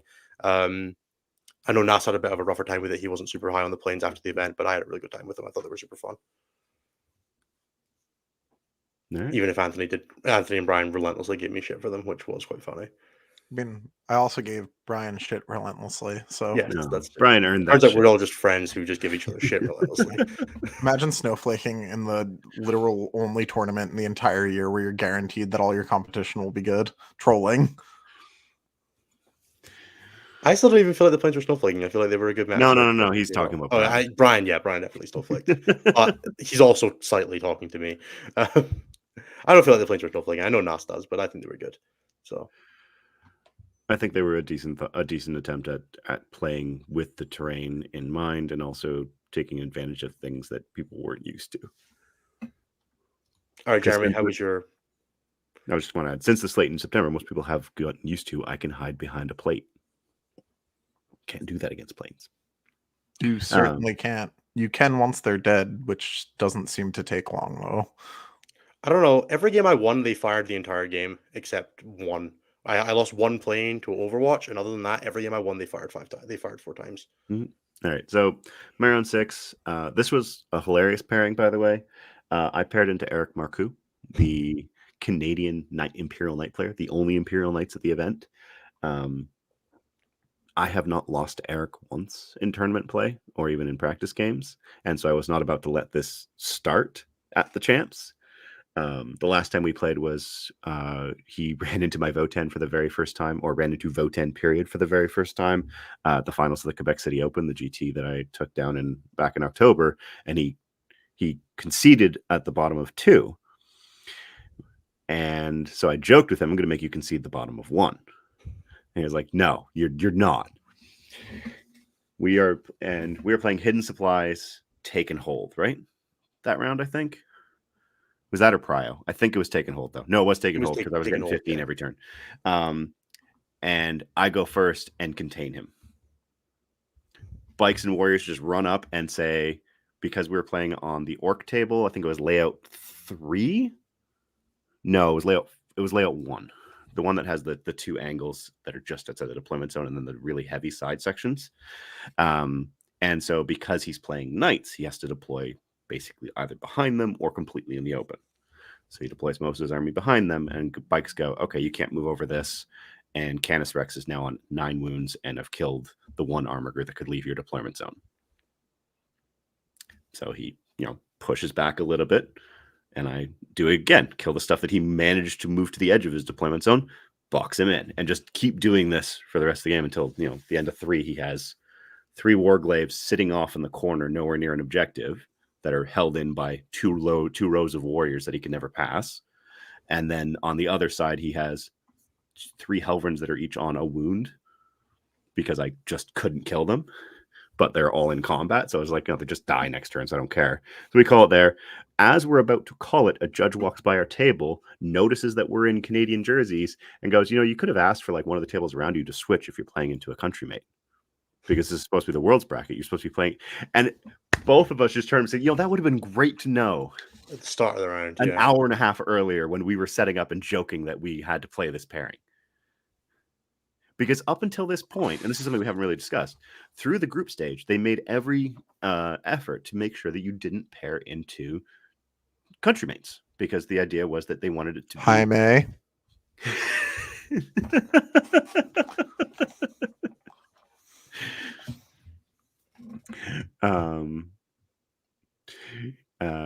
Yeah, so it was, we were just like, okay. So they had thrown that out, but apparently the judges were supposed to be going around letting people know that if you're playing, like if it's 2 Americans play each other, 2 Canadians play each other, 2 Brits playing each other, you have the option of like turning to a couple tables around and be like, do you want to switch opponents?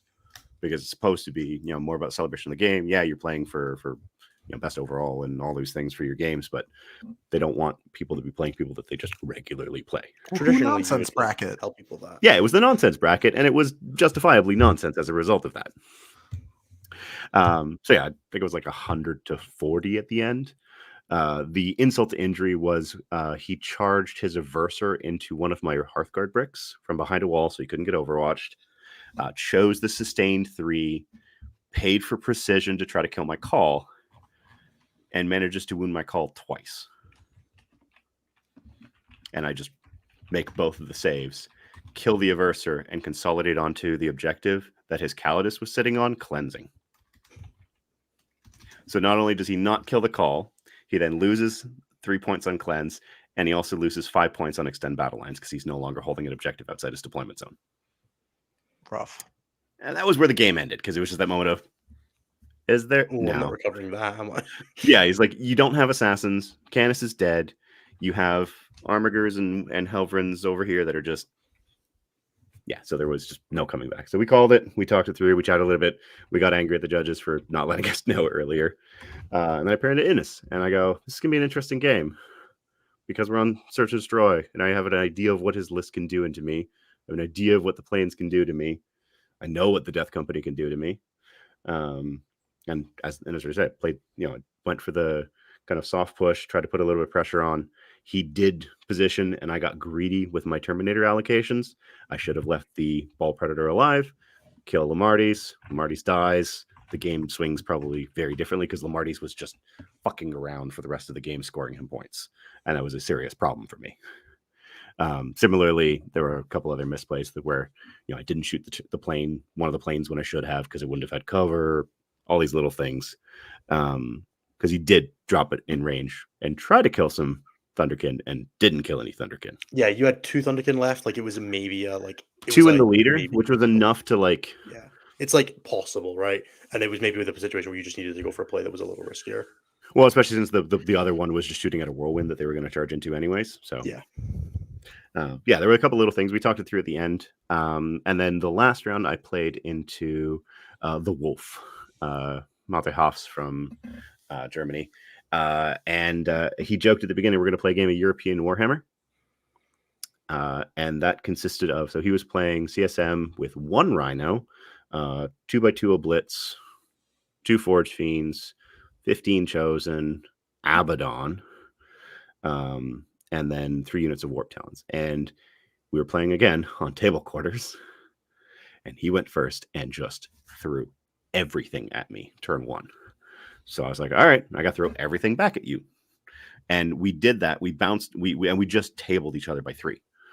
By the end of my 3rd turn, I had 2 Terminators and a call. Let's say 2 Hearthguard and a call in one corner, 5 Hearthguard and a call in another corner on his home objective, who had made a 9 onto his home objective into some cultists because I am disrespectful like that. And then I had, 2 units of warriors. One of them was missing 1 that were just running around doing secondary things. And he had 2 Blitz, 2 Chosen, and a Lord left.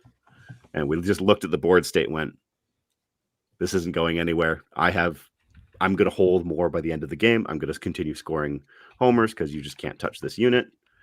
And the game basically ended there, but it was very much a like we just we basically punched each other out, and I came ever so slightly ahead, which ended up in a big swing on points because I was just able to sit on more objectives than he could. Doesn't sound like European Warhammer. I thought European Warhammer was sitting in a corner saying 10-10, 10-10, 10-10, 10-10.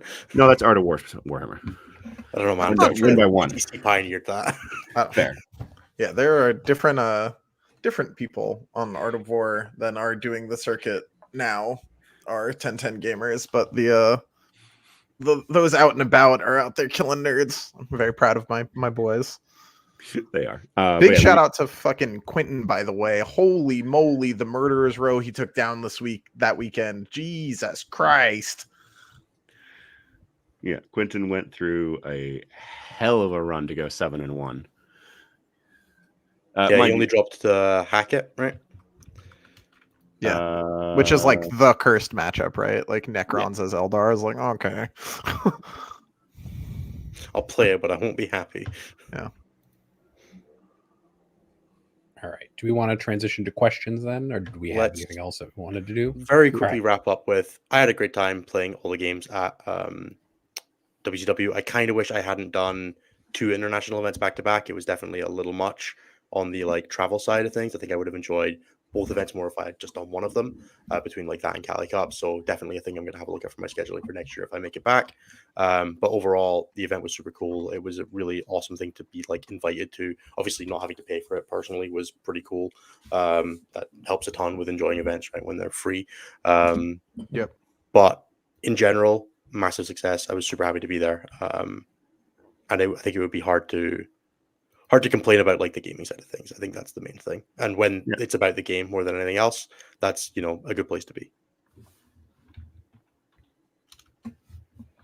Yeah, I'll add my final thoughts. Like I'm looking forward to going back. My goal when they first announced it was to get a ticket to go, and now my goal is to get a ticket to go again because it was a great experience. It was, for the event side of things, areas to improve for sure.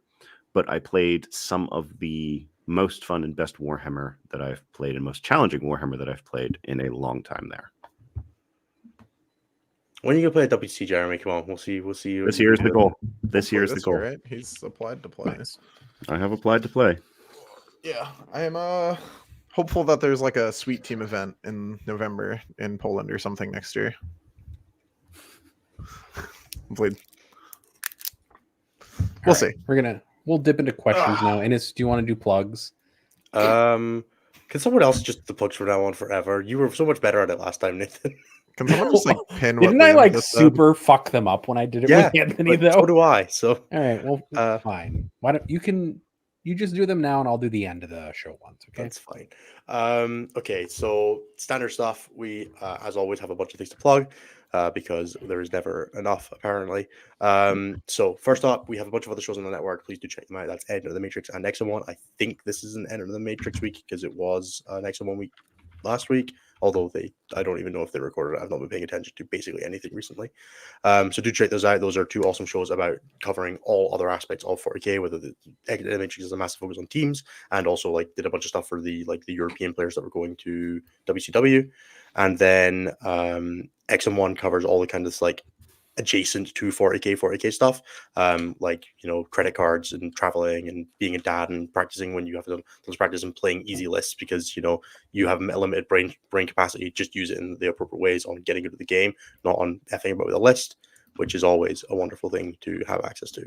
Tim and Cliff are both wonderful. I'm looking forward so much to seeing Tim in January when he's over for Nottingham GT. Yeah, YouTube, Patreon, all the standard the stuff. There's links down below. YouTube.com/StatCheck and Patreon.com/StatCheck. You can get access to our Discord community where we're running awesome things like the Vibe Check League. You can see all of our bonus content, all of our past episodes, basically anything that you are vaguely interested in related to us. You'll find it on one of those 2 places. We have a bunch of merchandise sponsors. You can find us at saltargames.etsy.com, which is also in the link that covers all of our like tokens and like the deep strike gauges that Jeremy was showing off earlier. You can go check out Wayland Yutani, who are the terrain sponsors for WTC. If you use code StatCheck, StatCheck5. You'll get 5% off on all your orders there. And also we get a little bit of a kickback on that. So if you're interested in getting any terrain from Wayland, do check that out. And then also red-dragon.ca for any of your 40K or other various hobby needs in basically North America and then the world if you're willing to pay a little more on shipping. Dan will sort you out. Dan is a wonderful human being who does a fantastic job at all that stuff and does a ton of help, done a ton of work with us. I'm also told there's like a mystery package coming to me, so I'm going to be nice just in case it's a bad package. I don't want to get parcel like cluttered, like it would be terrifying. Stat-check.com/coaching if you're interested in getting some help from either myself or Typhus in improving your gameplay. Please do check that out. It's how I make a living and how Typhus makes some extra cash. It is a super cool resource, and we're very proud to be able to continue delivering that. Hopefully, we'll be able to do some more on this side of things with like the classes and things like that next year. That Anthony and I did when we were out in Cali Cup because that was super awesome and had a really great reception. And that kind of all comes under that umbrella. Is there anything I'm forgetting? Probably. That's too late. Great, bud. Let's move on. Let's do show questions because it's 12:30, and I need to be up in 7 hours. So the two ways to ask show questions are to super chat in the YouTube chat during the live show, or to join the Patreon at patreon.com/statcheck, where for $5 a month you get the community access to our events, discount codes, etc., and the ability to ask questions on all of our shows essentially. And provided we don't run completely ridiculously over on time, then we'll be able to answer them during the show. So I'm going to start with Discord questions, and I'll pop over to the questions that we've starred and or pushed via Super Chats. The first question is from Luke G. Questions for a post-World Championship pod, assuming there is one this week. Did you guys have any thoughts on players from newer / underreported regions like Singapore or Thailand that don't show up at WTC? Either impressive performances or a different variation on how they approach the game? I was really looking bad at how anybody but myself did at the event, besides my friends, just to flame them. So, but someone more learned than me, I'm sure, checked. I did not pay a ton of attention. I definitely know that we saw some really cool like people that you wouldn't have expected to see, like just based off of like name recognition that were threatening top players. I know like Nas had a tough game into like somebody from Italy that no one had. That like not a ton of people heard of. That also beat Jack. He had a really rough game into a guy from Hong Kong. Like there was tons of people around. Like the guy that I played was the Colombian guy I played was in the 3 and 2 bracket, like the same as all of us. So like yeah, no, there's a ton of people from like smaller and undeveloped regions that are just as good at the game as everybody else is. That are just don't have the name recognition, and just because they don't have that does not mean that they're not as good as 4K. It just means that they're not playing in the Anglosphere. As Brian says, Liam says his most impressive one was the guy from Thailand. I'm always super interested in seeing how these scenes continue to develop. I know a bunch of extra teams are looking at coming out to WC this year. Like Colombia, where I was speaking to, I know Mexico are looking potentially to bring a team out. So I think there's a ton of scope for a lot of really cool development in 40K. So let's just hang tight and wait and see it because they got time. Yeah. The Thai player in this particular case was Yothin Suwanpridi. He was playing Orcs. He was in the 3-2 bracket, and then he went 3-0 in his bracket, so he finished with a 6-2 record, finished 37th overall. Nice. The second question from Luke is, could Innes talk through the theory behind the planes now and how it did or didn't live up to expectations? Yeah, in super brief, the planes are really good at coming on in a really awkward position for your opponent to deal with and having pretty long range. They have like one short range gun with 24 inch and then everything else is 36 to 48 with all the d6 damage. They get free reroll, which is very good at just making them efficient, and plus one taking his fly.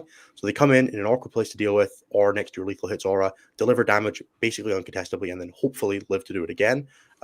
They do have a pretty restricted movement line, but it's not easy for a lot of armies to block them, and you can often set them in a way such a way that like your death company are like on top of where they would have to go to block them, so there's like a punish there and they just go back in reserve and then come out and deal with it. That's how I was able to get like a decent charge onto Thomas's Wraith Guard. Was just like if you wanted to block the plane, you had to put the Wraith Guard somewhere where I was going to get a charge on them, and it just ended up being slightly too much for him to deal with.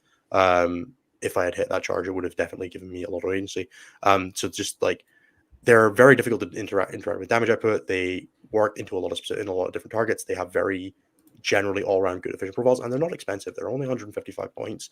They're 310 points on my list. It's not a huge investment for something that creates a very chaotic game state, let's say, where a lot of people just aren't equipped to deal with it very well. And the more you can make your opponents struggle to deal with what you're doing, the better time you'll have to give it 4K just in general. And then the third question is, what is one correct reaction and one overreaction GW will take away from this tournament for the balance patch, seeing the best players play? Eldar aren't broken, Jeremy, therefore go. they don't need changes. One, that a curse cultist probably needed an adjustment is the proper reaction. And the overreaction is that, and it's just covered it, that they won't adjust Eldar enough. CSM will get hit slightly, which then bumps up Eldar overall, and we're still in the same boat that we've been in for the last almost 6 months. Reasonable. Davin basically just asked the same second question and then had an addendum that players from Southeast Asia mentioned jet lag as a significant problem, with 12-hour time differences as a I big would imagine. challenge for them. Yeah. In Dan, theory, that it was meant to be an easier bracket with the 2 games, 4 hours. Like, I would like to hope that it was at least planned for, but that was the intention. I think it actually makes it more difficult when you have those stretched out games, because you still are going to play at the same pace that you normally play, finish your game and be like, I've got 2 hours till my next game. Taking a nap is irresponsible because I won't necessarily wake up because jet lag. So I'm just going to twiddle my thumbs and then be more tired for my game too. Yeah, maybe they could have done the 1 game day as the first day, but Well, unfortunately, we have no method of keeping track of the time, so. All right, we're going to go over to Dan's question. Dan F asks, the favorite flavor of bagel and cream cheese? Everything in veggie? What else would you possibly answer this with? I don't really like cream cheese. Veggie cream cheese? Yeah, it's fucking delicious. It's the move. Salmon like cream cheese. Ugh, gross. like I chive understand cream it, cheese. but God, why? Yeah, Liam gets it. You would get run over by so many cars. I'm not convinced Liam gets anything in life. That's just He gets rose bushes. besides results. Yeah, rose bushes and then- Warhammer wins. Yeah, I was going to say everything bagels and plain cream cheese or chive cream cheese. Those are my favorites. Yeah. Garlic bagels, salmon cream cheese. Fair. Preston says thoughts on scooped bagels, and I agree with Tom H's response to this, Just which is fuck that you are banned. Yeah, For what's a scoop bagel? It's when you take just- all the no. bread out of the inside of the bagel, And you just have the Why? crust left. and then you just have crust. Why? And then you Why would usually- do that? It's some weird California shit. Oh, it's too much gluten. Sure. Just get a We'll blame- gluten-free We'll bagel. blame Ben for it. Yeah. That's a good idea. Luke G asks for first impressions on Necrons and AdMech. Jeremy, any excitement to dust off the half Robo Boys? Which one is I the built half an Robo Boys? Exorcist today, so that gives you an idea of how enthused I am about the Advent Codex right now. There you go. In all seriousness, it's more just because I'm trying to actually make progress on my sisters. But I have read through both the books. I've gone through them in detail. The Necron book looks like it has a few fun builds in it. If the points there are the way that they are in the Munitome Field Manual right now, Satans are going to be hilariously hard to deal with because they just all got 5-up Feel No Pains because they thought that was a good idea. Yeah, you can't take enhancements on the Transcendent Satan anymore, but if it's 275 and it has a 5-up Feel No Pain base, why not just take 3 of them? Yeah, I mean you should. You should at Like, that point. they still just take reanimate? 3. In all seriousness, on the AdMech front, I do believe that there's some builds in there. I just haven't really felt the AdMech lately. Like I want to make progress on the sisters, so I haven't been paying as close attention to the AdMech. I did help write the Goonhammer review for it. The Skitarii Hunter cohort does feel like the strongest one in there. There's probably a decent Explorer Maniple build as well. And if you want to run 60 Electro Priests in boats, you could probably do that and do fairly well with it as well. Breachers still seem really solid. Iron Striders are still pretty cheap and decent shooting output. And this is There's all with the big fucking asterisks on what are we doing with points. Like, is it going to be the current MFM? Is it going to be what's in the back of the codex? Because if it's on the back of the codex, AdMech is just sad. What I will say is that I've seen some of the lists proposed for the Hunter cohort with like 18 Dragoons stuff in it, and I'm like, that 12 of those is $720, guys. Don't So let's put it this expensive. way. It's There are AdMech. people with It's 36. always been expensive. No, there's There no were- one with 36. There are people with 36 because you used to be able to play 18 of them. Yes, there are definitely people who have that many, but I was like looking at how much money it I've would played cost against to 30 build before, some of like- those lists Oh, I remember that game. in US dollars, obviously. And it was over $1,000, and I still wasn't out of like the models for 2 of the models so far. Yeah, because you can field 27 of them now. 9 of the Jezzails, 9 of the Taser Lances, and 9 of the Ballistari. Innes, how glad are you to be done traveling for a little while? It's been so nice. I'm gonna go and get on a train for 2 hours for a practice day, and I'm like not upset about it. So like that's the level of where I'm like the limit of traveling for me right now. I was gonna go down to England like twice in the next month, and I'm like, no, I'll go down next year. I'm not fucking about it. I'm gonna take a bit of a chill. Yeah. I have enough international events next year that I don't wanna burn myself out too much. And then Innes, Dan has a question for you, which is what's in the box, and then I'll share a picture of the box. That's a pretty big box. It's I a bigger won't lie. box than I don't want to know. I can't wait to find out. I'm sure it'll be cool. I'm sure it'll be terrifying. I will do my best to open it on stream. But if it arrives on like a Wednesday, I'm just opening it, and I'll maybe like film it or something. But I can't wait. I'll wait like at most 2 days to open it. Reasonable. We have been really right. bad about that, about Dan just sending us packages and people not opening them on stream. so- Exactly. So I'll do my best. Real If it arrives, punishment might come if it you arrives on the don't do that. Wednesday, sorry. I'll reseal it maybe. Just take a video. Like Exactly. we have a YouTube channel. You could just take a video. I know. You can but nobody go else has done that. live even when you get it. It's true. Ronnie asks, do the GW streams do more harm than good for promoting their game and community? One wrong turn and Twitch provides you with pitchforks and platform. Fuck, it feels like it sometimes. That's as good of an answer as any, really. Ben Yeah. asks, favorite holiday cookie or treat? I assume we're talking about like towards Christmas time now, essentially. Gingerbread related shit is good.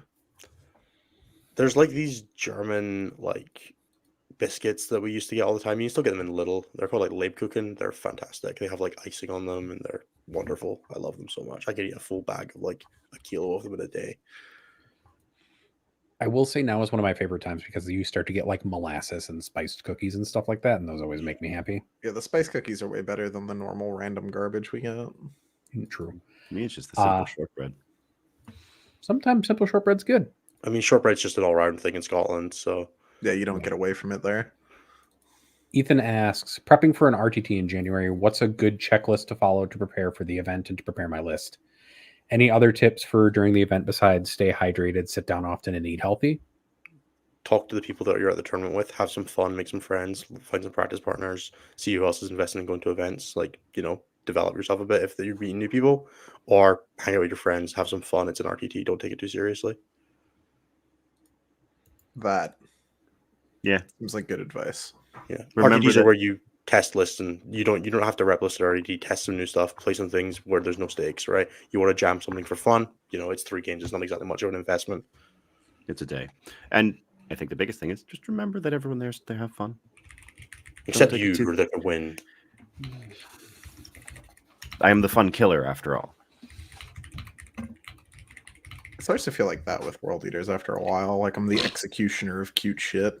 Adorable. Anyway. And then Don't get cute. Bryant asks, for Anthony, how do you handle custodes as world leaders? First round of combat into wardens is rough. I tend to just jam them with like things that don't care, like Karn, like Gone, fight first him. So I've played Custodes twice with world leaders. One of them was hilarious because the dude, I charged Karn into a squad with like 5 of his homies, and he didn't pop the start of phase feel no because he was gonna fight first there, which is reasonable, except Karn fights on death and killed all of them. Flat 3 damage, Reasonable. AP2. Ow. Bye. So that was funny. But yeah, like look for stuff like that. Try and jam them up with like rhinos and shit. You have to multi-charge. Stuff's gonna die. That's the game. You can pretty effectively face tank Custodes with -1 damage exalt. It just costs you 2 CP. It just depends on like what they're hitting you with a lot as well. But for the most part, those are kind of kind of the plays. Custodians don't typically have great shooting, so put the Master of Executions with a 10-man and try and lean on that a little bit. All right, now we're going to go into Super Chats. Dominic says, the boys are back in town. Thank you for the $10, Dominic. We Love are that guy. all He's four of great. us back for the first time in quite a while on a stream. It's been 2 to 3 of us for quite a while. Yeah. Martine asks, will Clan Wars be better than WCW? It's a low bar, so I think Clan Wars has got it. His name is Martine, thank you. Or Marigold Victory Bell if you want to go old school. Clan Wars is going to be great, man. We got 8 teams coming. It's going to be fantastic. I'm playing 4 Norns. It's going to be great. Let's go. 4 Norns. That's 1 sick. Norn, 1 emissary, 3 assimilators. Because I'm using all of my demons. I've just bought bases for them. Let's Jeremy. go. Dominic asks a question now, which is, Jeremy, are you in Ottawa? I'll be there for work the week of December 10th. I can bring my boys if you want to get a game in. LOL. 100% Dominic. Hit me up on Discord. I am located in Ottawa. I will give you a tour of the Dragon, introduce you to everyone wonderful there if you want to. We could even play a game there on the stat check mats that just came in. The Dragon's dope. We need pictures of games being played on the stat check mats so we can like spam them on socials and stuff. Yeah, I played my first game on them on Thursday, and I completely forgot to take any pictures. So Solid. Cliff is mad at you from a distance. Oh, I know. Cliff is so disappointed with me. I'm terrible at this. Brian gives us £2 and just says orcs, orcs, orcs, orcs, orcs, orcs. Dude, Yeah. why did Kill Souls only have 2 attacks, bro? I was so shocked when I read that data sheet. Because they like all wound. That shit sucks to get hit by. If they had 3, I Yeah, think no, they'd I'm sure, but it's just like I was just like a little bit. Oh my god, that's an orc model with 2 attacks. Why? 3 on the wall, baby. Jimmy B asks, what are the prizes? Any models? So Prizes at a GW event. So actually, I will say, Boris if you and Manny won, gods. if you got best general or best overall for your system, you were promised one of everything that came out in 2024 for your system, which for Boris and Manny is a hell of a lot of product given where we're at. Straight on the shelves. Well, yeah, it's going to go straight on Manny's shelves. So yeah, Boris, I don't know. Is it everything new that comes out, or is it every like codex code? No, It's one of is every model. Yeah, like model, book, collector box. That's cool. Have it. It's kind of neat. Which is funny for the Underworld guys because then you're just like, Yeah, all Yeah. $40. trickle down prizeonomics. Yeah. Oh, Well, someone in please the don't. UK will get to buy those free things that those 2 guys got, so that's cool. True. That's assuming that they have the product in order to actually give it to them. Also fair. I mean, Well, so I'm sure it's technically first well. priority for Games Workshop is the free stuff they're giving away and not the ones they're selling. And then everyone who made top 8, so if you won your group, or made it through your group because the other systems were slightly different than 40K, you automatically were invited back.